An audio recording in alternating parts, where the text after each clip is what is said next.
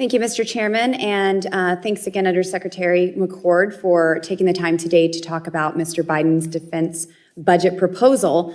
Sadly, this budget is a continuation of the wokening and weakening of our military, and I wish I could say that I'm surprised, but I'm really not. Somehow we are spending more on defense than we ever have, but we're ignoring real national security threats like China, Iran, the complete invasion at our southern border with 2 million people coming into our country illegally, more than 2 million. So let's take a look at what Mr. Biden would like to spend this money on.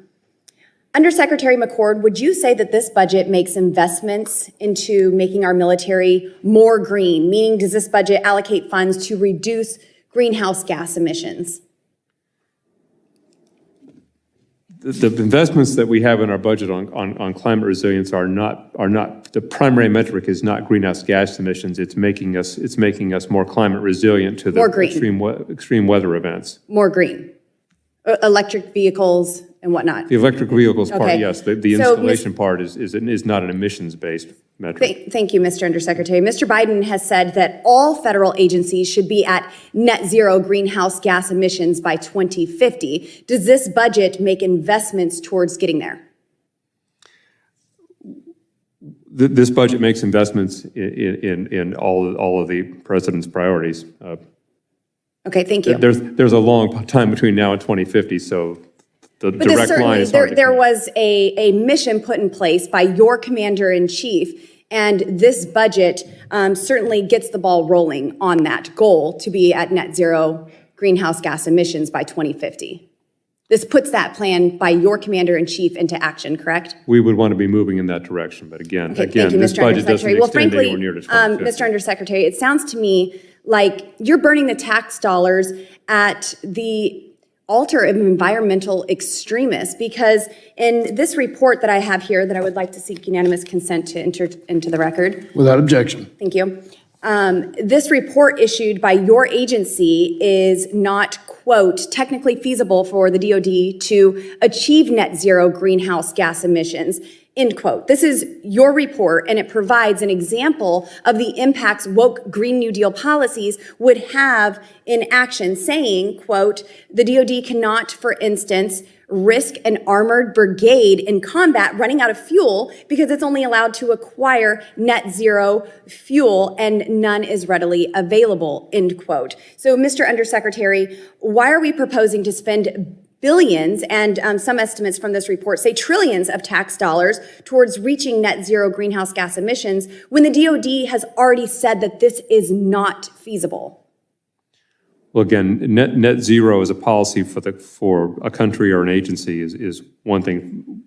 Our budget is not a budget to 2050. We could not possibly predict what kind of vehicles or aircraft we're going to be using in 2050. But you're certainly Probably setting nothing in forward the those report goals today. to reach that in 2050 when we know that it's not feasible. And I'm sorry to cut you off. My time is short here. According to this report, I mean, it says trillions of dollars, but instead of wasting our time and tax dollars on turning our military green, let's talk about what really should be focused on. Earlier this year, I joined my colleagues in sending a letter to Secretary Austin asking for the congressionally required report on U.S. equipment left in, destroyed, or removed from Afghanistan during the disastrous withdrawal. We sent this letter 2 weeks after it was already due to Congress, and we still have not received the complete report or virtually any accountability for the surrender and the total failure that was Afghanistan. Mr. Undersecretary, is the DoD aware of this congressional request for the way overdue report on the Afghanistan debacle?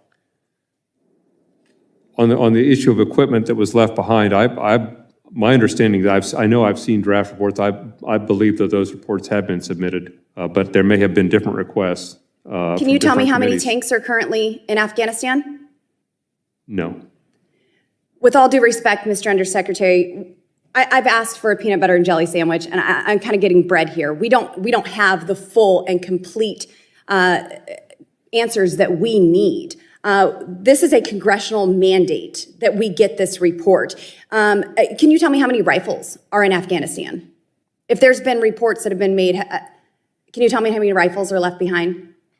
I would have to get for the record for you the reports that I've seen. Do you know how much U.S. military ammunition is left in Afghanistan at the hands of the Taliban? I'm sorry, munitions? Yes. Again, I would have to refer you to the reports. I don't prepare those reports myself. Do you know how many night vision gear, how much of our night vision equipment is left there?